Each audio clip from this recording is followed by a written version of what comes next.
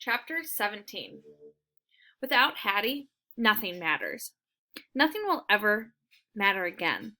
I slink down, gazing hopelessly out the door. When Food Lady and Fetchman come back inside, they practically trip over my lifeless body. My muscles wouldn't move if I bribed them, which is apparently what my humans are trying to do. Fenway! Food Lady coos, sweet as cream. She strides into the eating place, gesturing at my supper dish, like I could have possibly forgotten it's there. Fetchman waves a piece of kibble under my nose. I cannot even bear to sniff it.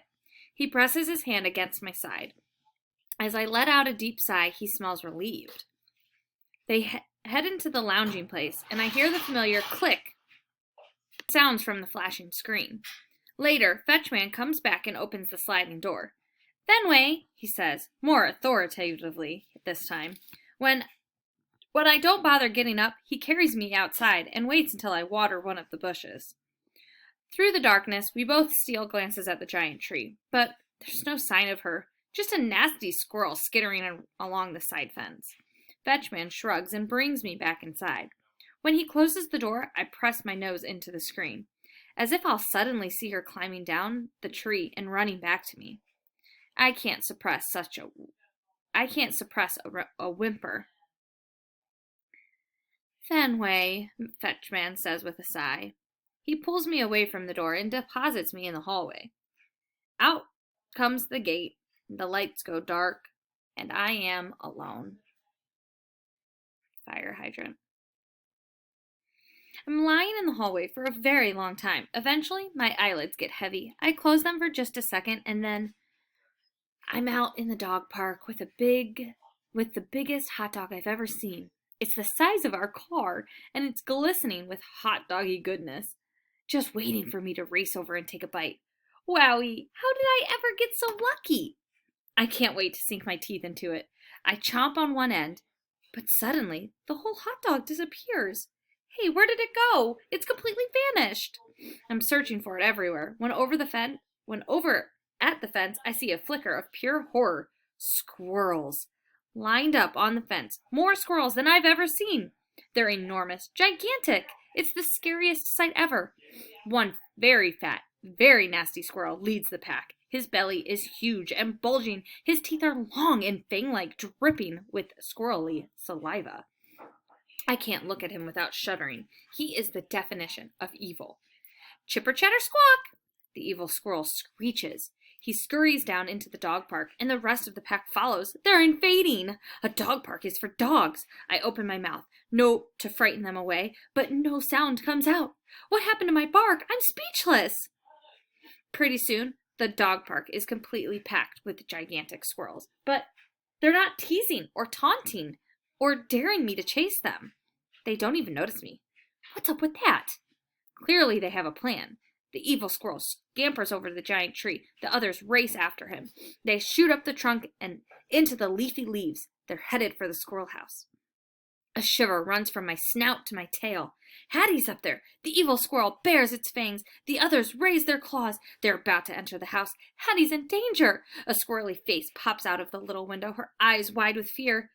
I know those eyes. It's Hattie! She has turned into a squirrel! I wince in horror, every hair on my coat shuddering with disgust. My sweet, lovely Hattie, my favorite short human of all, has become one of my mortal enemies.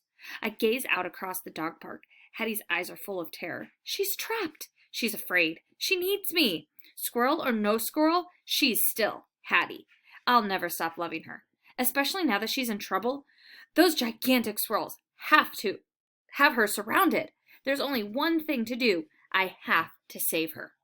There must be a way. If only I could bark. At least I can run. Or can I? My legs won't move. Come on, paws, let's go. They will not budge. They must be attached to the ground. It's worse than being trapped. I'm officially useless. I can't just stand here. Time is running out. The pack of gigantic squirrels is perched on the branch, which is bending and bending and bending. I hear a loud, rushing, whooshing sound, and then crack! Or is it click? Whatever it is, it's followed by a pounding, splattering sound, like sheets of rain, and boom, kaboom! I shiver. It's all so terrifying. I can hardly stand to listen, but then I hear different sounds. Tip, tap, tap. My eyes pop open.